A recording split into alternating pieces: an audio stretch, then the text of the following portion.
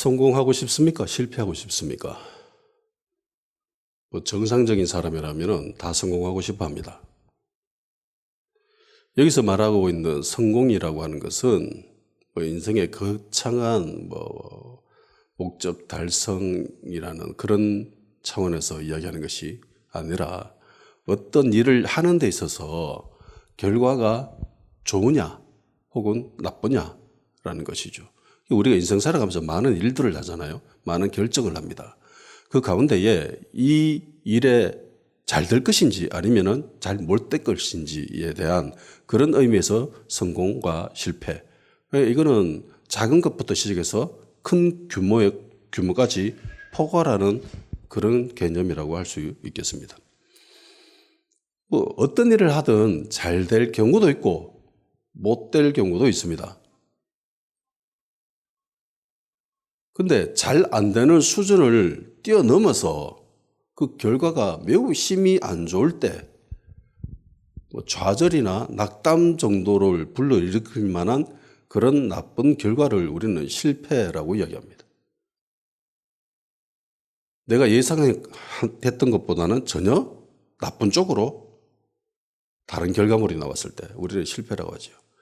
대학 입시에서 실패하는 거, 취업에서 실패하는 거, 혹은 사업에서 실패하는 거, 승진해서 실패하는 거, 연애에서 실패하는 사람들도 있죠. 반면에 성공하는 사람들도 있습니다. 인생 살아가면서 실패하지 않는 사람은 한 사람도 없습니다. 한 사람도 실패하지 않는 사람이 없습니다. 또 반면에 한 사람도 성공하지 않는 사람도 없습니다. 무조건 성공은 한 번쯤은 합니다. 그렇죠? 다 실패하는 사람들도 없고 다 성공하는 사람들도 없습니다. 우리는 일을 하면서 성공을 기대하면서 일을 합니다. 그런데 모든 사람이 성공하지만은 않지요. 성공을 기대하면서 일을 진행하지만은 성공할 확률보다는 실패할 확률이 현실적으로 더 많습니다.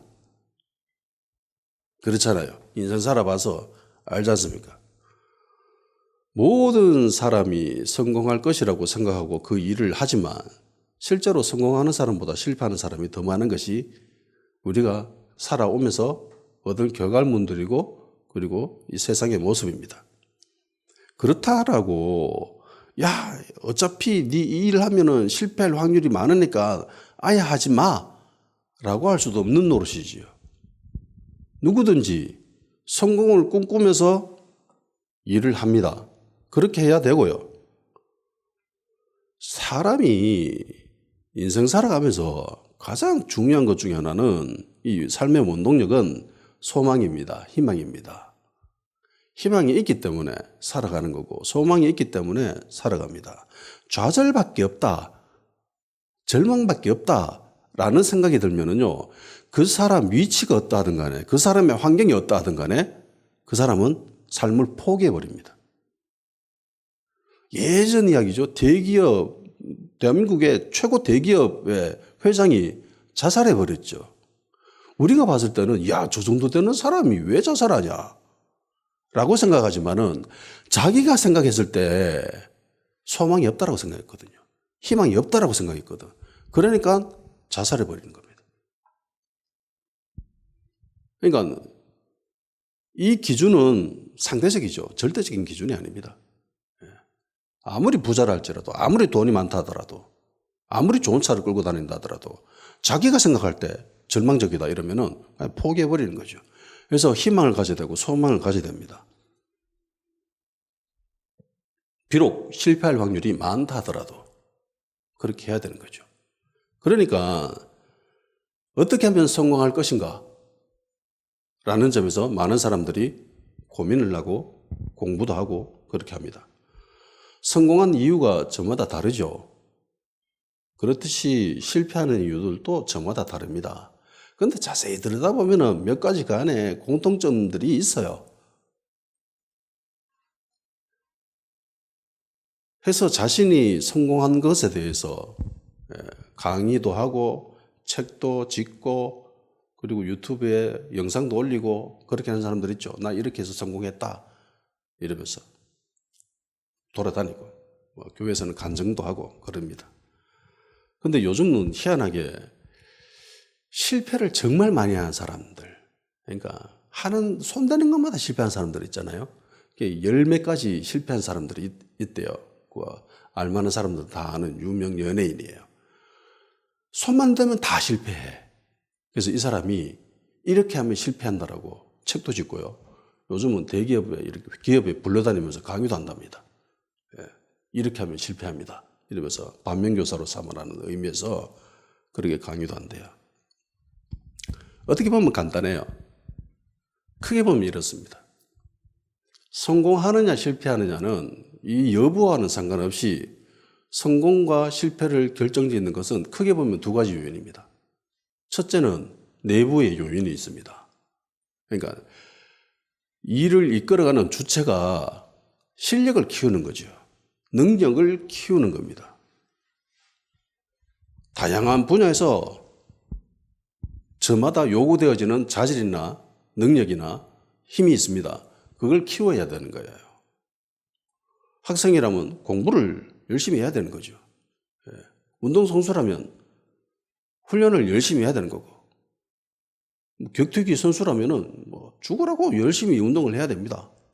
두드러 맞기도 하고, 두드러 패기도 하고, 어떻게 하면 잘 두드러 패는가? 어떻게 하면 맞아도 참을 수 있는가? 이런 훈련을 죽으라고 연습을 해야 되는 거죠. 그러니까 이 내부적인 요인에서 능력이 타고나거나 혹은 능력이 부족하거나에 의해서 성공과 실패가 결정되어지는 겁니다. 주체자가 능력이 좋아야지, 능력이 부족해, 실력이 없어, 힘이 약해 이러면 실패하죠. 주체자가 부지런해야 되는데 게을러, 장사를 해놓고 자기 기분 내키면 가가지고 문 열고 문 안 여는 날이 더 많아. 그러면 실패하죠. 사업 망합니다. 장사 망합니다. 뻔해요.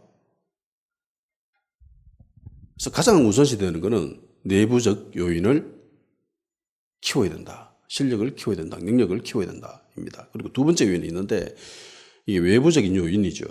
그러니까 주체자가 어떠한과는 전혀 상관없이 외부적인 요인으로 인해서 성공하는 사람들, 실패하는 사람들이 있습니다. 예를 들어서 삼겹살 고깃집을 열었습니다. 근데 열자마자 얼마 안 돼가지고 구지역이 생겼어요. 돼지 열병이 생겼습니다. 그래서 사람들이 돼지고기를 안 먹네. 망하죠, 그러면. 그래서 망해서 그러면 오리고기집을 열어야 되겠다. 별로 이렇게 리스크가 없는. 그래서 오리고기집을 열었는데 희한하게 또 조류독감이 유행을 합니다. 예전에 우리는 AI라고 하면 조류독감을 이야기했잖아요. 요즘은 인공지능을 이야기하지만 예전에는 AI라고 하면 조류독감이었습니다.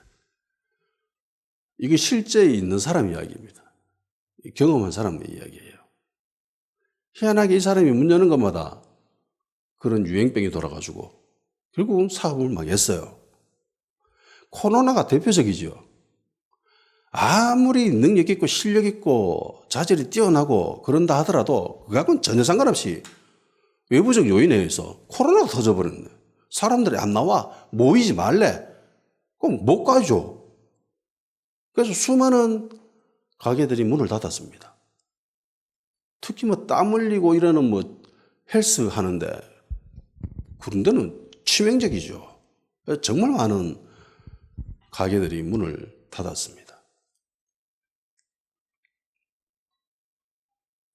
그러니까 성공을 하기 위해서는 첫째로 내부적인 실력을 키워야 됩니다. 힘을 키워야 돼요.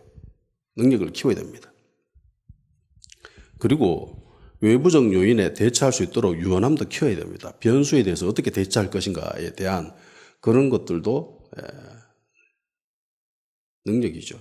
키워야 됩니다. 어느 부분 하나 쉽지만은 않습니다.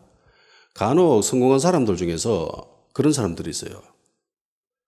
제가 볼 땐 굉장히 지혜로운 사람들입니다. 통찰력 있는 사람이에요. 자기 자신에 대해서 냉철하게 바라보면서 이렇게 얘기합니다. 내가 지니고 있는 이 실력이라고 하는 거, 능력이라고 하는 거, 이거 내가 볼 때 다른 사람들이 가지고 있는 능력이나 자질에 비해서 그리 특출난 것이 아니다. 내 정도 노래 부르는 사람들 주변에 늘리고 늘렸다. 근데 내가 이렇게 가수가 되고 이렇게 잘 먹고 잘 살게 되는 거는 결국 보니까 운 때문이다. 그래서 겸손해야 된다. 라고 이야기하는 사람들이 있습니다. 그렇죠. 대부분 성공한 사람들은 운이 결정적입니다. 운 때문이에요. 자기 능력 때문이 아닙니다. 아무리 능력이 뛰어난다 할지라도 실패하는 사람들이 더 많습니다. 지난번에도 잠깐 소개한 적이 있죠. 이탈리아 카타니아 대학교 연구진에서 컴퓨터 시뮬레이션을 돌렸습니다. 전 세계에 있는 사람들을 대상으로 성공한 사람들과 실패한 사람들 분석했습니다. 시뮬레이션을 돌렸어요. 그 결과, 그러니까 수학적으로 증명한 거예요. 숫자로 증명한 겁니다. 성공한 사람은 어떻게 성공하고 실패한 사람은 어떻게 실패했는가에 대해서 돌렸는데 충격적이죠. 실력 때문이 아니다. 능력 때문이 아니다. 저 사람이 성공한 것은 단지 운 때문이다라는 것을 숫자로 증명했습니다. 그래서 2022년 이그 노벨상이라고 노벨상 재미난 부분에 있어서 사람들에게 흥미를 가지게끔 하는 그런 게 있어요. 그런 노벨상이 있습니다. 그걸 수상했습니다. 가장 큰 성공을 거둔 사람들은 최고 수준의 재능을 가진 사람이 아니다. 평범한 실력을 가지고 있는데 정말 많은 운을 가진 사람들이 성공하더라라는 것이죠. 천재라 할지라도 아무리 실력이 뛰어난다 할지라도 운이 나쁘면 성공하지 못합니다. 전 지구적으로 봤을 때 한 개인의 성공 여부를 결정짓는 것은 그 개인의 능력이 아니지요. 그 사람이 어디서 태어나는가입니다. 얼마 전에 유튜브 쇼츠에 보니까 전 세계 떠돌아다니면서 여행하는 유튜버가 그런 말 하더라고. 이 사람이 주로 이제 개발도상국이나 저개발 지역을 돌아다니는 사람이야. 근데 이 사람이 그렇게 얘기하더라고요. 이런 데 돌아보니까 진짜 어느 나라에서 태어나는가에 따라서 인생이 결정되어진다. 아무리 실력이 좋고 능력이 좋고 천재라 할지라도 이 저개발 국가에 태어나면은 이 사람은 아무것도 못한다. 그러니까 내가 대한민국에 태어난 것이 정말 감사하다라면서 그렇게 얘기하는 사람들이 있더라고요. 해일 조선이라고 하는데 절대로 그렇게 이야기하면 안 된다. 우리는 너무너무나 좋은 나라에서 태어났다. 아프리카나 파키스탄이나 방글라데시나 이런 데서 천재가 태어났다고 칩시다.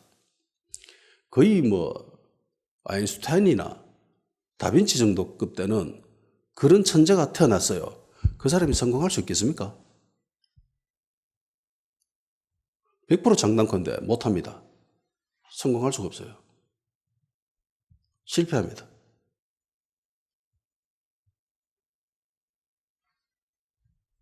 그래서 성공했다고 내가 잘나서가 아니라는 걸 알아야 돼요. 그렇다고 실력도 안 키우고 노력도 안 하고 그러면 안 되죠.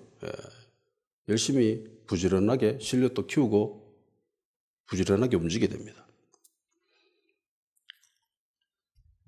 그러니까 실패했다고 낙심할 필요도 좌절할 필요도 없고 그렇게 생각하면 돼요. 아, 운이 없었구나. 또 한번 해보지. 그렇게 생각하면 돼요.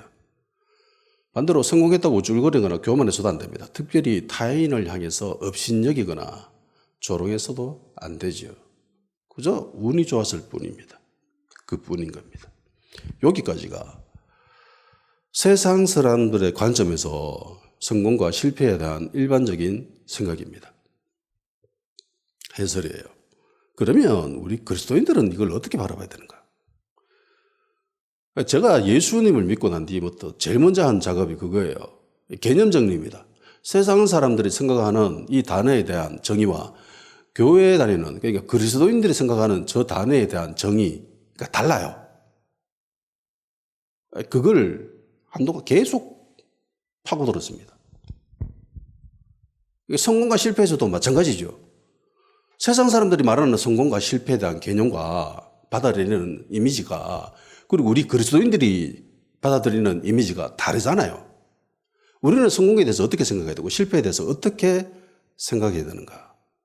물론 큰 범주에서는 일반적인 관점이 허용이 되어집니다. 받아들여질 수 있습니다. 그렇지만 핵심을 이루는 그것은 그리스도적인 관점으로 바라봐야 되죠. 우리는 세상 사람들과 다르게 성경적인 가치관으로 세상을 바라봅니다. 그리고 세상에서 벌어지는 일 또한 성경적인 가치관으로 바라보고 해석하려고 하는 사람들이죠. 그래서 정상적인 그리스도인이라면 성공과 실패에 대해서 이렇게 생각합니다. 하나님의 주권이다. 하나님의 역사하심입니다. 하나님의 섭리입니다. 하나님께 영광입니다. 라는 생각을 1차적으로 가져야 됩니다. 이 생각이 우선 먼저 들어야 되고 이 생각이 그 사람 가치관에 장악되어져 있어야 돼요. 점령되어져 있어야 됩니다. 이렇지 않다면 그 사람은 성경적인 사람이 아니에요. 그리스도인이라고 냉철하게 말할 수 없습니다. 미안하지만. 세상 사람들과 똑같잖아요. 내가 성공했다라고 하는 건 내가 잘나서가 아니죠. 하나님의 주권이고 하나님의 역사하심이고 하나님의 섭리고 하나님의 은혜입니다. 아멘? 그러니까 하나님 다 하십시오라고 난 아무것도 안 할래요. 이래서는 안 되는 거죠. 똑같이 세상 사람들처럼 열심히 해야 됩니다. 내부적인 요인을 키워야 돼요. 그렇지만 그 열매는 하나님이 하신 거잖아요. 물 주고 씨 뿌리고 뭐 하는 거는 누구나 할 수 있지만 그거 열심히 해야 되지만 열매 맺는 것은 하나님이 하시기 때문에 그걸 인정해야 된다는 겁니다. 그러니까 실패에 대해서도 이렇게 이야기됩니다. 여기에서도 하나님의 선하신 뜻이 숨어 있을 거야. 하나님의 섭리가 있을 거야. 반드시 하나님은 합력해서 선을 만들어 가실 거야. 내가 비록 아고골짜기를 지나고 사막과 광야를 지나가는 그런 시기지만은 결국은 나의 끝은 가나안 땅일 거야. 푸른 초장일 거야. 라는 그런 믿음을 가져야 된다는 거죠. 실패가 끝이 아니라는 거잖아요. 우리는 끝을 알고 있는 사람이지 않습니까? 결말을 알고 있는 사람입니다. 나의 결말이 어떠한지 너무나 잘 알고 있는 사람입니다. 그렇기 때문에 실패를 실패로 받아들여서는 안 되지요. 하나님이 이 일로 통해서 내가 뭔가를 깨닫게 하시기를 원하시는구나. 나의 태도가 잘못되었는지 혹은 내 태도가 맞다면은 하나님이 다른 쪽으로 생각을 하러 가신 건지 그런 식으로 하나님께 묻고 기도도 하고 그렇게 나가야 되는 거죠. 고린도에서 두 실패자가 만납니다. 세상적인 관점에서 보면 이들은 실패자입니다. 동쪽에서 온 실패자는 내부적 요인으로 인한 실패자입니다. 학문의 도시고 지식의 도시인 엘리트 도시인 아테네에서 자기가 가진 지식을 한번 뽐내봤지요. 철학적으로, 변증론적으로 복음을 전해봤습니다. 누구의 도움 없이 혼자서 그 일을 감당했습니다. 될 거라고 생각했죠.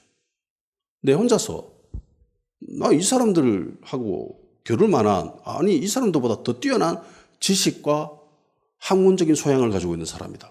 그렇기 때문에 학문적으로, 지식적으로, 철학적으로 얼마든지 이 사람들을 설득시킬 수 있을 것이다 라고 생각을 했죠. 그래서 혼자 했습니다. 열심히 했죠. 굉장히 부지런히 했습니다. 매일 하잖아요. 이전에는 안식일마다 가가지고 회당에서 복음을 전했는데 아테네에서는 달라요. 바울의 굉장한 적극적인 모습이 나옵니다. 매일 안식일에는 회당에 가서 복음 전하고 다른 날은 시장에 나가가 아고라 가가 광장에 가가 만나는 사람들마다 토론하고 철학적인 변론을 합니다.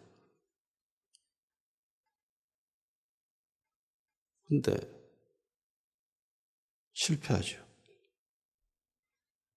실패합니다. 결과는 알 수 없지만은 만일에 바울이 여타 다른 도시들처럼 실라와 디모데와 함께 동역을 하면서 회당에서 안식일마다 회당에서 복음을 전했으면 아테네는 과연 어떻게 됐을까요? 어땠을 것 같습니까? 제 생각에는 여타 다른 도시들처럼 그런 수준의, 아니 그거보다 조금 못하더라도 교회라고 불려질 만한 공동체가 형성되어졌을 거라고 생각합니다. 근데 아테네는 안 되죠.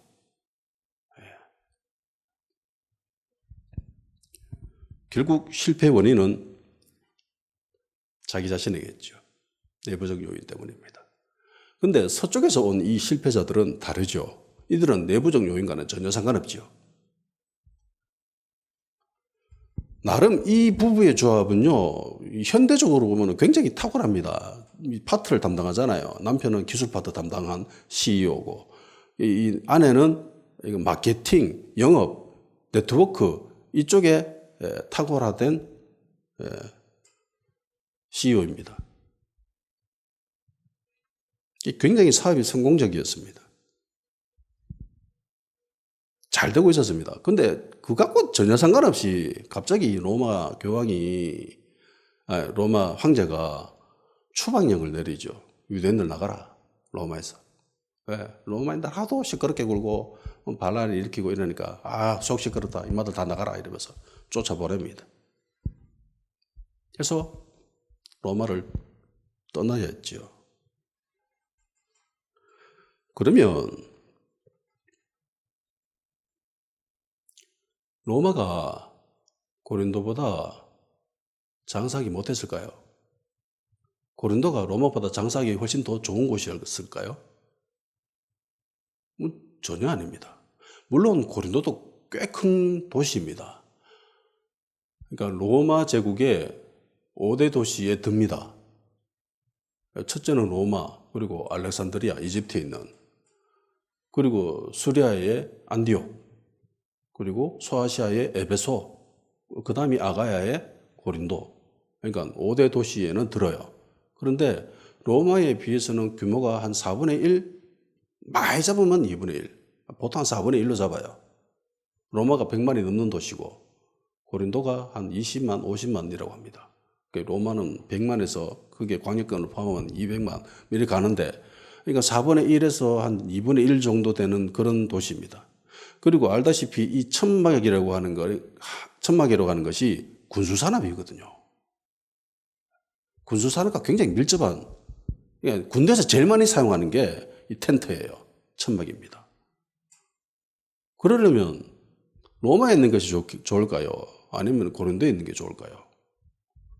당연히 로마가 훨씬 낫죠. 장사기.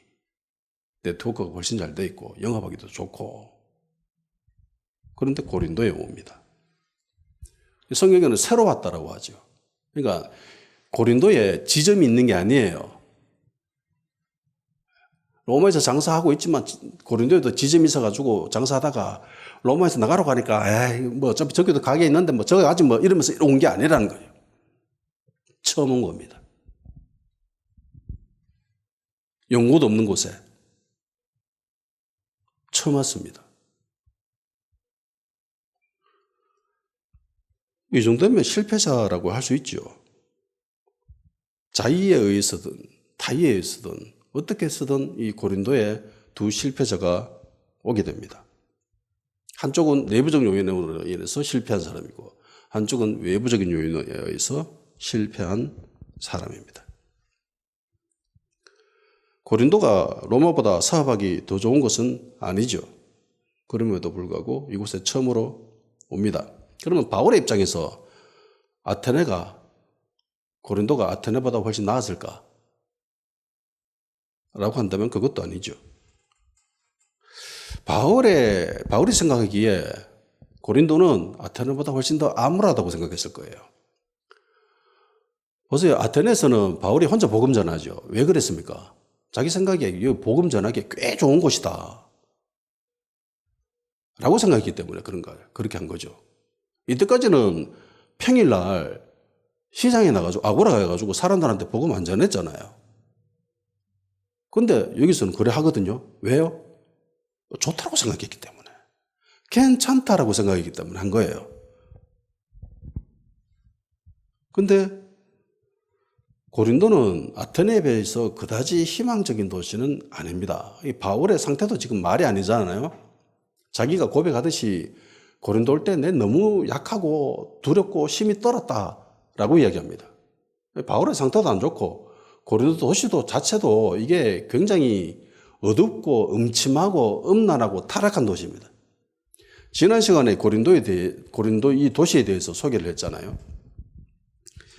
이 도시는요, 딱 구약 시대의 소돔입니다. 신약 시대의 소돔이 바로 고린도입니다.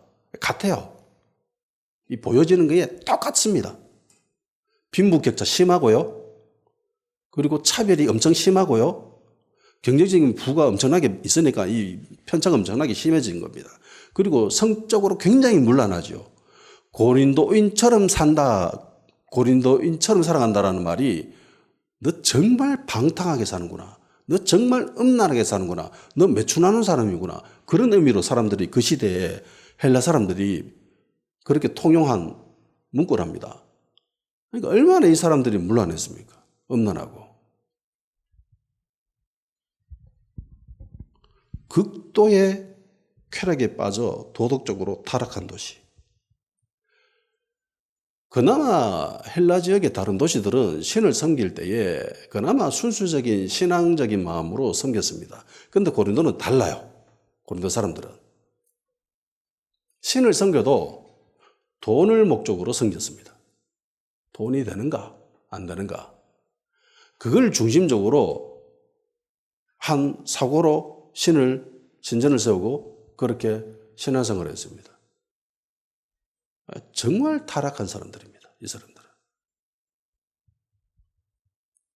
이 장소 또한 희망적이지 않지요. 장소 또한 절망적이고 어두운 이 곳에 두 실패자가 모였어요. 이 두 실패자들이 어떻게 이곳에 오게 되느냐? 하나님의 직접적인 개입하심이냐? 아브라함처럼 내가 지시하는 땅으로 가라 해서 온 것이냐? 아니면 환상 가운데 손짓해가 오라고 해서 간 것이냐? 성령님이 인도해서 간 것이냐? 그거하고는 전혀 상관없죠. 지극히 인간적이고 합리적이고 이성적인 판단에서 일로 온 거예요. 고린도에. 장사하기 그나마 괜찮은 도시. 로마에서 제일 가까운 로마 제국 내에서 큰 도시, 제일 큰 도시가 고린도니까 여기 온 거고 장사하기 괜찮고 그리고 드미야 그 경기 펼칠 때 사람들이 다 텐트에서 자니까 여기에서 하면 좋겠다. 사람 제일 많이 몰리는 그 축제니까 수요가 제일 많고 제일 괜찮겠네. 온 거예요. 바울 또한 아테네 다음에 제일 큰 도시는 고린도니까 자연스럽게 거기 갈 수밖에 없는 거죠. 이 실패자들은 이 암울한 도시에 왔지만은 자기들이 하고 있었던 이 행위를 포기하지는 않습니다. 그냥 이때까지 하고 있던 거 계속 하고 있었죠. 새로 왔지만 쫓겨났지만 나가라 해가지고 여기서도 여전히 천막 만드는 일을 했습니다. 바울도 정말 약하고 두렵고 뭐 도망치듯이 쫓겨나듯이 그렇게 왔지만은 여기서도 복음을 전하지요. 어떻게 해서든 방향은 틀지 않고 계속 나아갔습니다.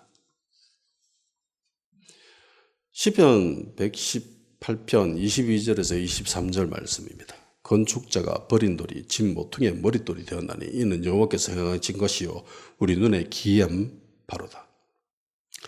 이사야 61장 3절 무릇 시온에서 슬퍼하는 자에게 화관을 주어 그 죄를 대신하며 희락의 기쁨으로 그 슬픔을 대신하며 찬송의 옷으로 그 근심을 대신하시고 그들이 의인나무 곧 여호와께서 심으신 그 영광을 나타낼 자라 이 걸음을 받게 하려 하심이라. 잠언 24장 16절 대저 의인은 7번 넘어지더라도 다시 일어나려니와 악인은 재앙으로 말미암아 엎드러지느니라.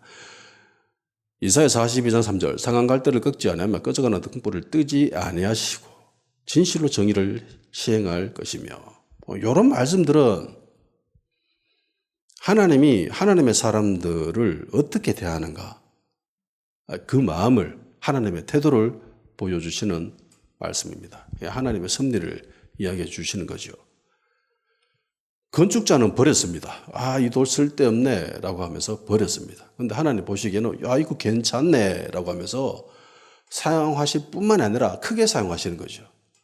모퉁이의 머릿돌이 되게 하십니다. 그러니까 이 벽과 이 벽을 이어주는 그 기초석을 삼으셨습니다. 사람들은 슬퍼하는 자에게 별 관심이 없습니다. 재미를 못 느끼죠. 흥미를 못 느낍니다. 그런데 하나님은 슬퍼하는 자에게 화관을 주십니다. 찬송의 옷을 주십니다. 시온에서 슬퍼하는 자에게 하나님은 그들을 택하시고 야, 너 슬퍼하지만은 내가 너에게 내 영광을 나타내게 할게 라고 하면서 그들을 의인남으로 삼으셨습니다. 하나님을 섬기는 의인은 7번 넘어져도 일어나요. 주님의 도우심으로 주님의 은혜로 일어날 수가 있습니다. 그리고 우리 주님은 상한 갈대를 꺾지 아니하시고 꺼져가는 등불도 끄지 않으십니다. 이게 주님이 말하시는 정의죠. 주님의 마음이고. 그러니까 하나님께 쓰임받는 모든 사람들은요 다 이런 사람들입니다. 버려진 돌들이고 슬퍼하는 자들이고 상한 갈대고 꺼져가는 등불입니다. 그러니까 실패자들이죠. 세상적으로 봤을 때 이들은 실패자입니다. 별 쓸모가 없네. 상한 갈대를 어디다가 쓰겠습니까? 잘라버려야죠. 쓸데없는 것들입니다. 다. 그런데 이 쓸데없는 것들을 하나님이 귀하게 여기시고 그리고 이들을 택하셔서 하나님의 영광을 나타내려 하십니다. 그러니까 하나님은 이들을 포기하지 않으십니다. 세상 사람들을 포기해버리는데 하나님은 이들을 포기하지 않으세요. 그리고 하나님의 영광을 나타내게 만드신답니다. 세상에서는요, 공부 잘하고 똑똑한 사람들이 성공합니다. 그런데 교회에서는요, 반대예요. 하나님은 어리석은 자들을 택해서 아주 굉장히 높은 위치에 올려놓으십니다. 고린도전서 1장 27절 29절 그러나 하나님께서 세상에 미련한 것들을 택하사 지혜 있는 자들을 부끄럽게 하시려고 세상에 약한 것들을 택하사 강한 것들을 부끄럽게 하려 하시며 하나님께서 세상에 천한 것들과 멸시받는 것들 없는 것들을 택하사 있는 것들을 폐하시려 하시나니 이는 아무 죄도 하나님 앞에서 자랑하지 못하게 하려 하심이라. 우리가 그런 사람들이죠. 주님이 택하신 사람들은 다 미련한 사람들이고 어리석은 사람들이고 약한 사람들이고 멸시받는 사람들입니다. 하나님은 그런 사람들을 택해서 하나님의 영광을 나타내게 하십니다. 왜 이렇게 하시느냐? 야, 네가 잘나서 된 게 아니야. 내 때문이야. 하나님의 은혜를 깨닫게 하기 위해서 그렇게 하시는 겁니다. 그래서 성공한 사람들, 세상적으로 봤을 때 성공한 사람들도 운이죠. 과학이 이거 숫자로 증명하잖아요. 네가 성공한 것은 네 때문이 아니야. 운 때문이야. 과학적으로 증명된 겁니다. 그런데 하나님께 쓰임받는, 그러니까 우리가 봤을 때 성공했다라고 하는 그런 기독교적인 가치관으로 봤을 때 성공한 그 사람들 역시 자기 자신 때문이 아니라는 거예요. 하나님의 은혜라는 겁니다. 그러니까 오히려 세상적으로 봤을 때 가치 없는 자들이죠. 실패자들입니다. 상한 갈대고 꺼져가는 등불이고 뭐 슬퍼하는 자들이고 버려진 돌덩어리고 아무짝에 쓸모없는 인간들입니다. 미련하고 어리석고 약하고 멸시받는 이런 존재들. 근데 그런 존재들을 택해가지고 하나님이 높이 세워버리시죠. 이게 하나님의 지혜입니다. 기이한 모습입니다. 브리스길라와 아굴라, 그리고 요때의 바울은 실패자들이죠. 실패해서 여기 온 겁니다. 성공해서 온 것이 아니잖아요. 근데 우리 주님이 이들을 포기하지 않지요.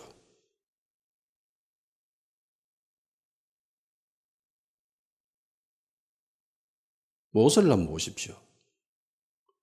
자기 스스로 충분히 할 수 있다라고 생각했던 나이 40, 혈기왕성한 그때 거사를 치르지요. 히브리 민족을 괴롭히는 애굽인을 쳐 죽였습니다. 그리고 생각합니다. 사람들이 나를 구원자로 인정해 주겠지. 기대를 했습니다. 근데 사람들의 반응이 다르죠. 사도행전 7장 25절 29절 그는 그의 형제들이 하나님께서 자기의 손을 통하여 구원해 주실 것을 깨달으리라고 생각하였으나 그들이 깨닫지 못하였더라. 이튿날 이스라엘 사람끼리 싸울 때에 모세가 와서 화해시키며 이르되 너희는 형제인데 어찌 서로 해하느냐 하니 그 동물을 해치는 사람이 모세를 밀어뜨려 이르되 누가 너를 관리와 재판장으로 우리 위에 세웠느냐. 네가 어제는 애굽 사람을 죽인 것 같이 또 나를 죽이려 하느냐 하니 모세가 이 말 때문에 도주하여 미디안 땅에서 나그네 되어 거기서 아들들을 낳으니라. 자기 능력 있다고 생각했던 그 위치에 있었고 자기 실제로 위치도 좋았고요. 그리고 능력도 있었지요. 할 수 있다고 생각했습니다. 애굽 사람을 쳐 죽인 게 아무 생각 없이 한 게 아니라는 겁니다. 모세가. 구원자가 되기 위한, 그러니까 이스라엘 백성을 이끌어내기 위한 그 목적으로 했다라는 거예요. 그 생각으로. 근데 결과가 어때요? 모든 사람들이 인정을 안 해주잖아요. 야, 어제는 애국 사람 쳐 죽이더만 오늘은 네 우리 사람까지 죽이려고 하냐? 라고 하니까 도망치죠. 도망칩니다. 40년 동안 광야에 있죠. 실패자가 됩니다. 나이 80에 아무것도 할 수 없다. 나는 능력이 없다. 힘도 없고 이제 죽을 날만 됐다. 라고 한 그 나이 80에 하나님이 부르시죠. 가자. 애굽 가자. 구원자 한번 해봐라. 모세가 어떻게 하죠? 안 하죠. 안 할랍니다. 안 할랍니다. 계속 거부하죠. 그러니까 모세 40년이 지나도 모세가 이게 트라우마예요. 아니 내가 한다고 했을 때 그때 시켜주면 됐지. 그때는 하나님 아무 말도 안 하시고 그랬다가 쫓겨나가지고 지금 40년이 지났습니다. 40년. 이제 이스라엘이 아니라 지금 미디안인처럼 그렇게 행동하면서 살아가고 있다. 지금 나이 40이 돼가지고 그때는 못하게 하더니만 이제 와가지고 80무수 할배가 이제 죽을 날이 다 됐는데 왜 또 지금 뭐하러 가는 겁니까? 그 마음이 아직 남아있는 거예요. 섭섭한 마음. 하나님을 향한. 빈정상에서 계속 거부하죠. 하나님께 쓰임받는 사람들은요, 다 실패자들입니다. 성경을 한번 보세요. 처음부터 잘나가지고 믿음의 사람, 위치로 올라간 사람들이 있어요? 아무도 없습니다. 다 실패한 사람들입니다. 다 실패한 사람들을 하나님이 은혜를 베푸셔서 포기하지 않으셔서 그 위치로 올라간 거예요. 실패 없이 하나님의 영광을 드러내는 사람이 없습니다. 아무도 없어요. 하나님의 영광을 드러낸 의의 나무들은 모두 다 실패자들입니다. 꺼져가고 있고 상했고 버려졌고 약하고 미련하고 멸시받고 슬퍼하고 그런 사람들입니다. 상황상 조건상 암울할 수밖에 없는 고린도예요. 두 실패자가 여기 왔습니다. 브리스길라와 아굴라는 로마에 있을 때부터 그리스도인입니다. 이들은 예수님 믿는 자들이었습니다. 그런데 공교롭게도 이 두 그룹이 직업이 같죠. 동쪽에서 온 실패자도 직업이 천막 만드는 사람이고, 서쪽에서 온 실패자도 직업이 천막 만드는 사람입니다. 자연스럽게 바울이 아굴라 지부에 들어가게 됩니다. 합류하게 됩니다. 같이 일을 하죠.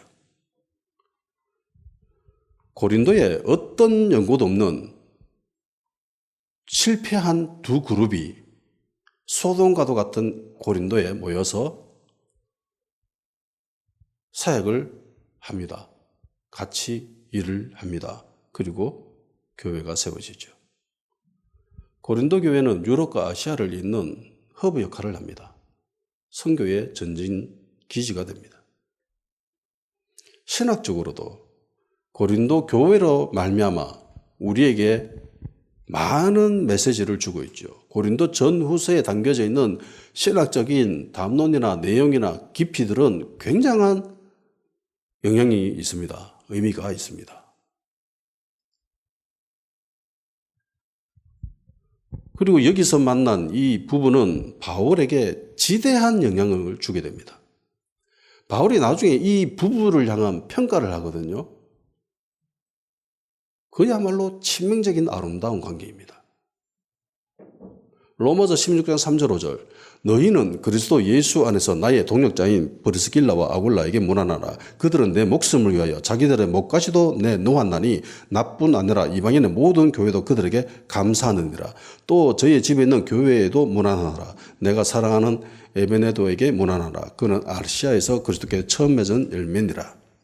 그러니까 바울이 무슨 말을 하냐면은 이 부부가 내 목숨을 위해서 자기들의 목숨을 내놓았다라고 합니다. 그러니까 우리는 흔히 그렇게 이야기를 하죠. 사람을 소개할 때 이 사람은 내가 죽는 것도 따라갈 만한 그런 사람이야. 내 목숨을 내놓아도 아깝지 않는 그런 사람이야. 라는 의미로 소개할 때가 있습니다. 이거는 했다라는 게 아니라 할 수 있는 그런 관계다. 굉장히 친밀한 관계를 표현하기 위해서 그런 사용법을 하는 거죠. 내 목숨 줘도 아깝지 않는. 그러니까 많은 유행가 가사들이 내 목숨 다 바쳐 당신을 사랑합니다라고 하는 거. 그건 그렇게 한 게 아니라 그렇게 할 수도 있다라는 의미에서 한 거잖아요. 근데 바울의 이 말은 달라요. 했다라는 겁니다. 정확히 어떤 사건으로 통해서 벌어진 것인지는 몰라요. 그거 알 수 없습니다. 신학자들도 몰라요. 역사에도 이렇게 기록되어 있지 않습니다. 바울과 이들만이 아는 관계에서 벌어진 일들이에요. 근데 바울이 무슨 말 하냐면은 이 부부가 내 목숨을 위해서 나를 살리기 위해서 자기 목숨을 내놓았다. 포기했다. 라고 이야기하는 겁니다. 마음을 먹는 것과 실제로 하는 것은 다르죠. 엄청난 차이가 있습니다. 주님을 위해서 내 목숨 내놓겠습니다. 신앙 고백하는 사람들 많죠. 찬양하고 은혜 받아가지고 울고 콧물 흘리고 그런 사람들 많이 봤습니다. 근데 그 사람들요, 교회 안 나오더라고. 예배도 제대로 안 드려.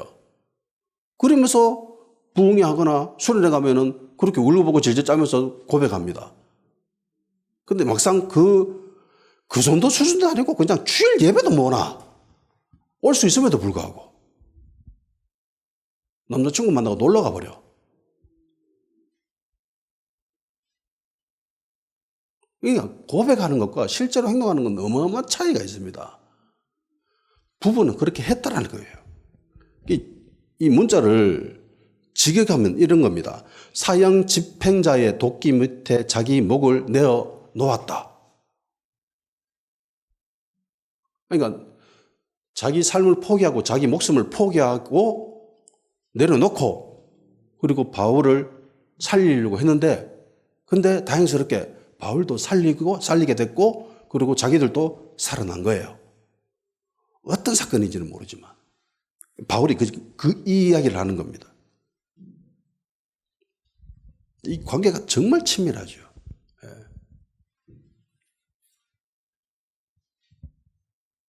그러니까 모든 교회가 이 부부에게 감사해야 된다라고 바울이 기록하지 않습니까?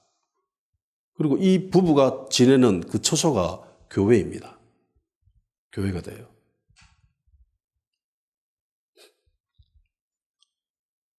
이런 동역자를 여기서 만납니다. 알다시피 바울은 탁월한 사도지요. 신약 성경 대부분, 이게 복음서를 제외한 대부분의 기록을 바울이 남길 정도로 엄청난 사도입니다. 어떤 이들은 12사도들보다 더 뛰어난 존재다라고도 이야기하는. 그리고 브리스길라와 아굴라, 이 실패자도 바울이 인정할 만한 대단한 동역자가 됩니다.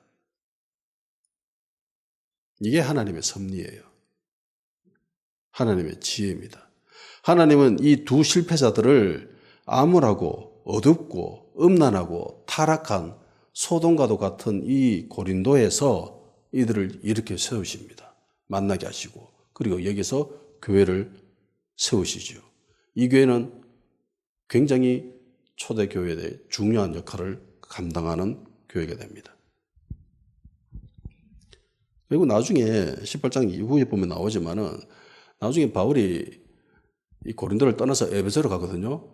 이 부부도 같이 가요. 그러니까 사업이 사역이 된 거예요. 간혹 믿음 좋은 사업가들이 있습니다. 사역자가 아닌데 그냥 사업가인데 사업을 사역처럼 하는 사람들이 간혹 있어요. 대부분 없는데 가끔 나옵니다. 이 사람들 보면 참 귀하다라는 생각을 가집니다. 사업하는 사람들은요, 돈에 대한 관점이 보통 사람들과 달라요. 돈을 바라보는 관점이 달라요. 그 소유욕이나 집착이 달라요. 굉장히 강합니다. 그러니까 사업을 하는 거예요. 근데 사업을 사역처럼 하는 이 믿음의 사람들은 하나님의 나라를 위해서 자기가 가진 재정을 아낌없이 흘러보내죠. 사용합니다. 쉽지 않거든요. 그들도 사람입니다. 쉽지 않아요. 사업하는 데 있어서 제일 중요한 게 재정이잖아요. 근데 그 재정을 하나님의 일을 하는데 아낌없이 흘려보내는 거, 플로잉하는 거, 이거 엄청나게 어려운 일입니다. 이런 사람들을 보고 있으면은 그런 생각이 절로 듭니다. 와, 하나님의 사람이다. 이들이 진정한 하나님의 사람이 아닌가라는 그런 생각을 자연스럽게 듭니다. 아, 이들은 성령님의 사람이다. 이건 하나님이 하시는구나. 라는 걸 너무나 깨닫게 됩니다. 마태복음 19장 24절 26절까지 다시 너에게 말하노니 낙타가 바늘귀로 들어가는 것이 부자가 하나님 나라에 들어가는 것보다 쉬우니라 하신대. 제자들이 듣고 몹시 놀라 이르되 그렇다면 누가 구원을 얻을 수 있으리까? 예수께서 그들을 보시며 이르시되 사람으로는 할 수 없으나 하나님으로는 다 하실 수 있느니라. 그러니까 부자가 하나님 나라에 못 들어간다는 거죠. 이 일반적인 법입니다. 부자는 하나님 나라에 못 들어갑니다. 베드로가 묻잖아요. 그러면 들어간 사람이 누가 있습니까?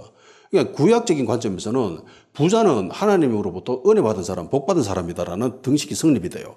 그런데 예수님이 부자는 하나님 나라에 못 들어간다고 하거든. 야, 그러면은 뭐 아무도 못 들어가네? 라는 생각을 가진 거죠. 베드로가. 그러니까 하나님 하시는 말씀이 이게 일반적인 건데 하나님이 할 수 있으면 할 수 있어. 라는 거죠. 근데 부자가 자기의 재정을 아낌없이 하나님 나라에 흘려보낸다는 것은 그 사람이 한 게 아니라 하나님이 하신 거죠. 하나님이 하신 겁니다. 부자인데 불구하고 그렇게 한다는 것은 그 하나님이 하셨다는 겁니다. 하나님이 그렇게 하셨기 때문에 그 사람이 그렇게 할 수 있는 거고, 그러기에 그 사람은 하나님의 사람이고 성령의 사람인 거죠. 바울은 이제 아테네에서 하던 방식을 과감히 포기합니다. 그러니까 결국은 원래 하던 방법으로 돌아가죠. 원래 하던 방법이 뭐예요? 동역자와 함께, 그리고 안식일에 회당에서 복음 전하는 거. 이게 이때까지 선교 전략이었습니다. 별로 특별하지도 않고 평범한 이를 데 없는 전략이었지만은 이 전략으로 하나님이 일하셨습니다. 열매를 맺으셨습니다. 방식이 중요한 게 아닙니다. 방법이 중요한 게 아닙니다. 전략이 중요한 것이 아닙니다. 중요한 것은 하나님이 어떻게 하시는가입니다. 간혹 그런 자들이 있어요. 이전에 이렇게 했으니까 이번에도 이렇게 하면은 하나님이 일하실 거야 라면서 하는 사람들이 있습니다. 착각인 거예요. 대붕의 시기, 그리고 미국 1차, 2차, 3차 대각성의 시기, 하나님의 전략이 각기 달랐습니다. 그 부흥의 시기 때마다 하나님이 전략적인 방법을 취했던 것이 달랐어요. 그래서 그 시기에는 그 시기만의 방법, 전략이 먹혔습니다. 그러니까 바울이 먹혔던 전략이 있었죠. 이게 바울이 한 게 아니라 하나님이 그 방식을 사용하신 겁니다. 다른 방식을 사용하니까, 다른 방법을 사용하니까 하나님이 일하시지 않게 된 거죠. 물론 우리가 성경적인 가치관으로 봐도 바울의 부족한 모습이 충분히 보일 수 있지만은 큰 흐름에서 봤을 때에 이런 모습이 분명히 있습니다. 그러니까 2차 대각성이 일어났을 때에 찰스 피니를 중심으로 했던 그 전략들이 있었습니다. 그 전략, 그 방법으로 엄청난 대각성이 일어났습니다. 부흥보다 더 엄청난 데미지를 줬기 때문에, 영향력을 줬기 때문에 사람들이 각성이라고 부른 거예요. 대각성이 일어났는데 이 방법을 지금 해도 먹히는가? 라고 질문한다면 아니다라는 겁니다.